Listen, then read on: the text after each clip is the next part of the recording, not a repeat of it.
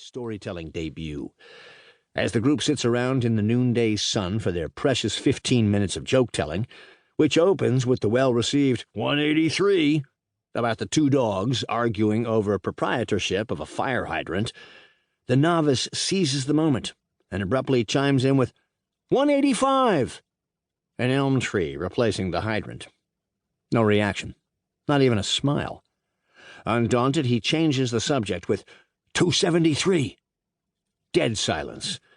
3 more vocal thrusts, each a little less heartfelt than the last, yield the same disappointing outcome. Glumly returning to his cell, the dejected detainee flops into his lower berth, sighs, and turns to his mate. "I don't get it.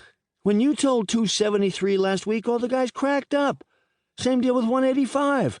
What happened with my 185? What did I do wrong?"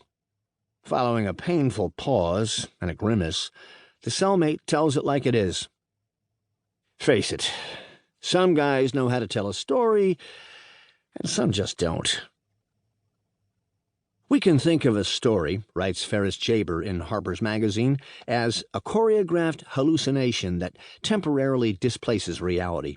Stories have lives of their own. They compel us to share them, and once told, they begin to grow and change. They compete with one another for attention, for the opportunity to reach as many minds as possible.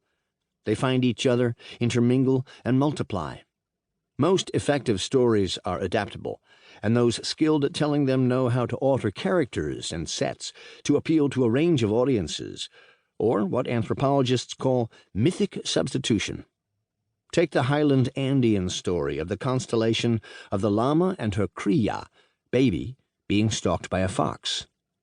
When the tale spread eastward into the tropical rainforest of the Amazon basin, the carnivore predator fox became a jaguar who chases the herbivore prey, a tapir, across the sky.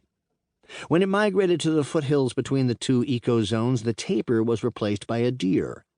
Farther south, in the Gran Chaco grasslands of southern Chile and Argentina, the constellation pair became a dog and a rhea, or South American ostrich, only this time, because of the ostrich's long neck, much like a llama's, pursuer and pursued switched positions in the sky.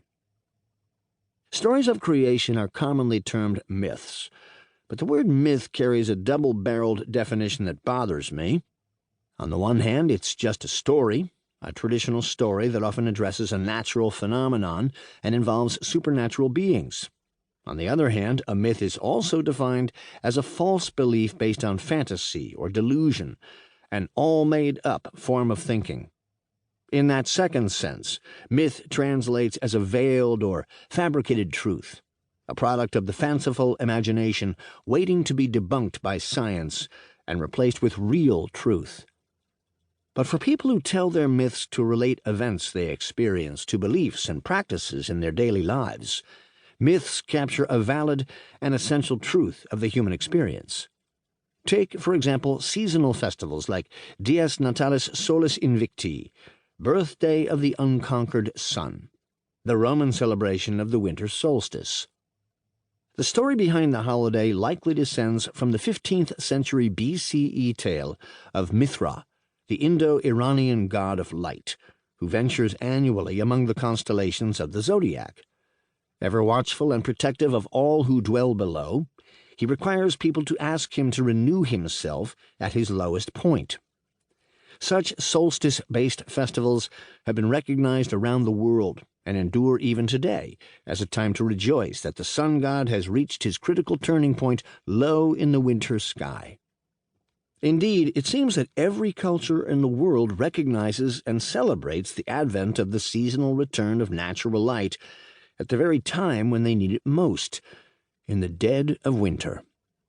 Early Christians adapted the Roman Dies Natalis to tell a story about the birth of their Savior, the one who brings light to the world. The climax comes with his death and resurrection during their Easter holiday.